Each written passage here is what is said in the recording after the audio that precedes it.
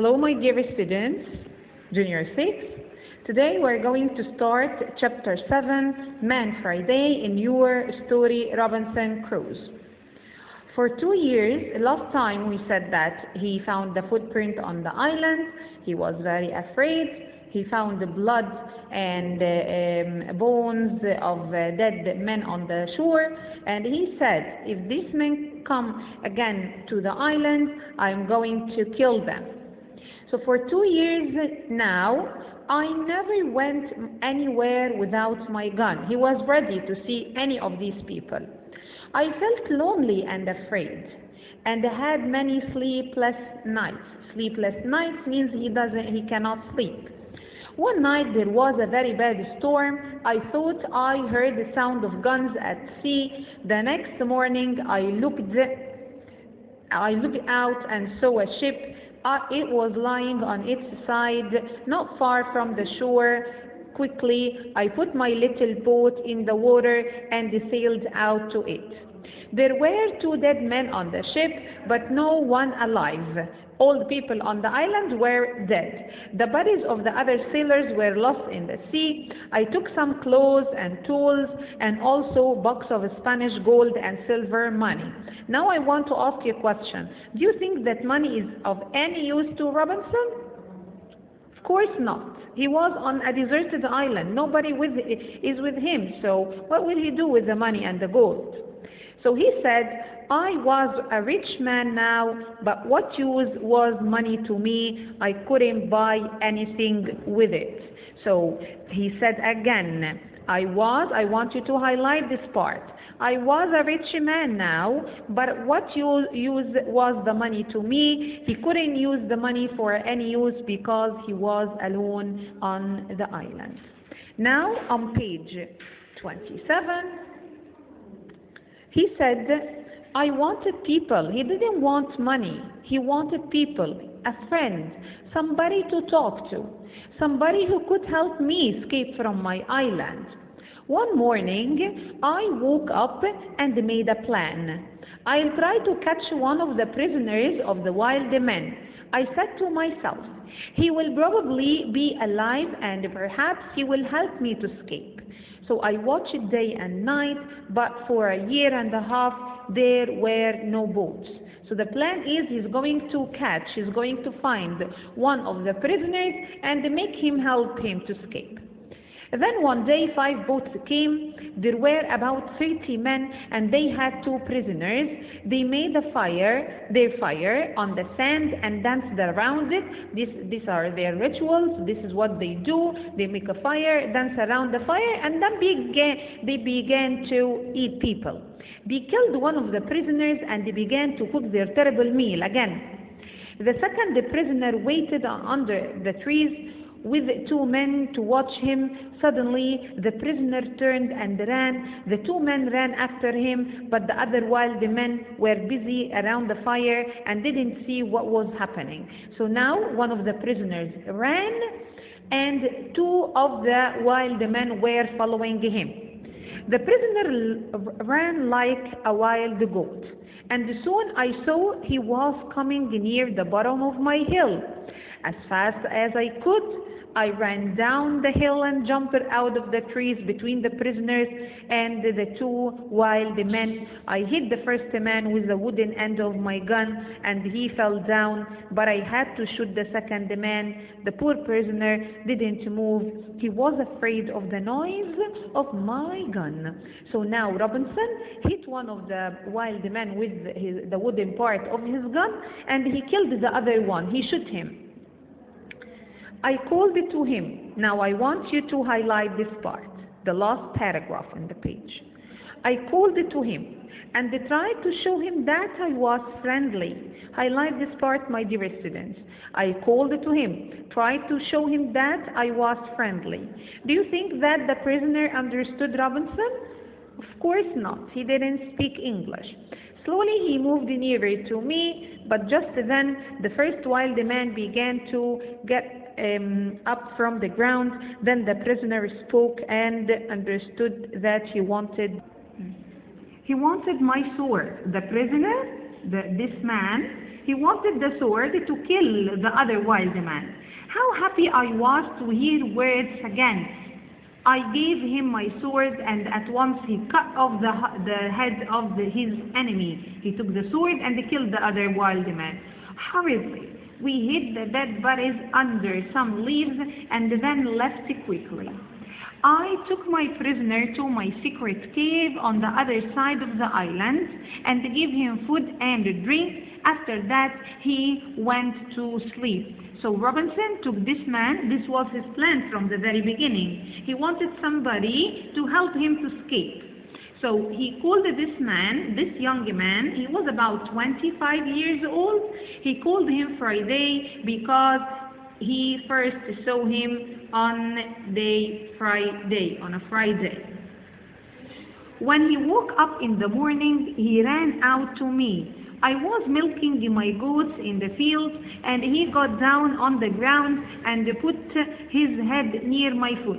I understood that he was thanking me, and I tried to show him that I was his friend. Why was the man thanking him? Because he saved his life.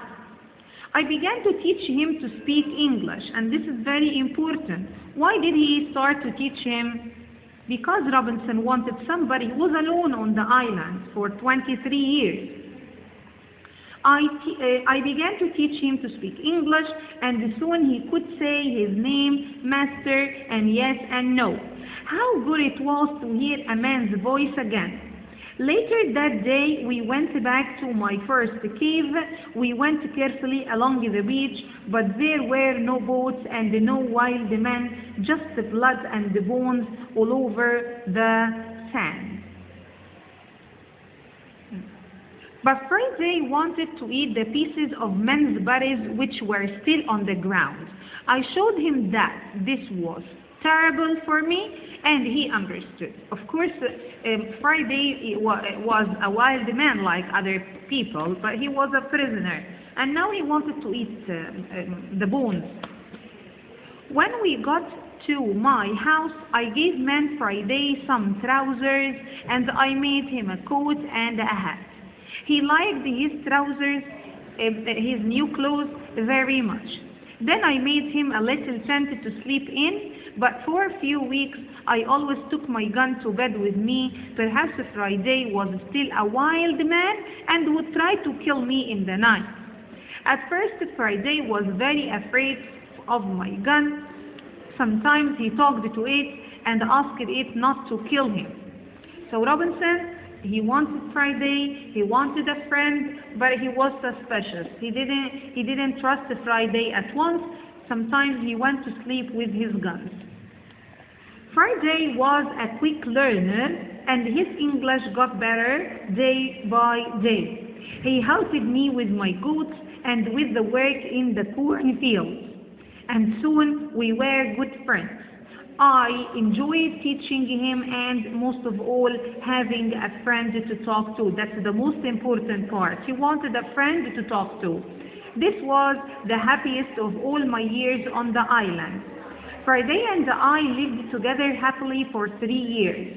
I told him the story of my adventures and about life in England, and he told me about his country and his people.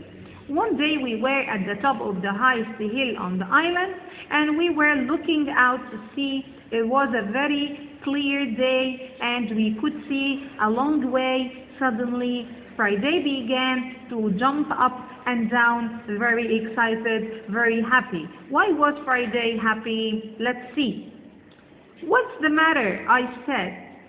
"Look, Master, look!" Friday cried.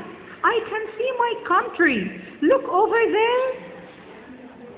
I looked, and there, to the northwest, between the sea and the sky, was a long thin piece of island.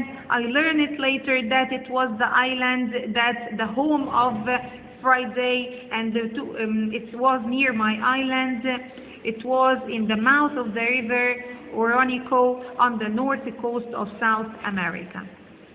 I began to think again about escape. Perhaps Friday wanted to go home too. Perhaps together we could get to his country. But what then? Would Friday still be my friend, or would his people kill me and eat me?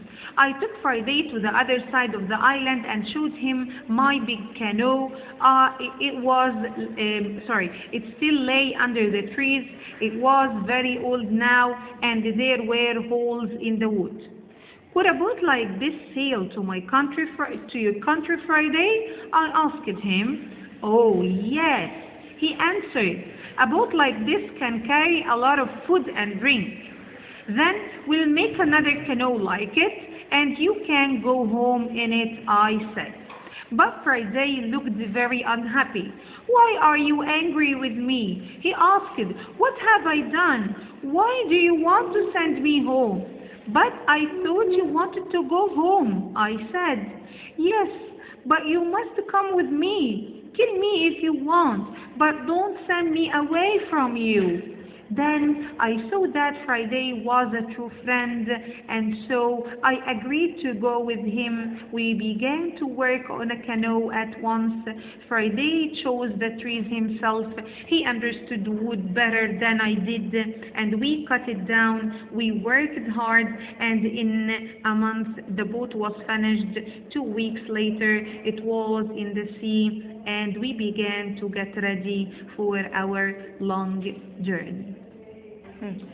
Now, in your booklets on page 79, here are the most important questions.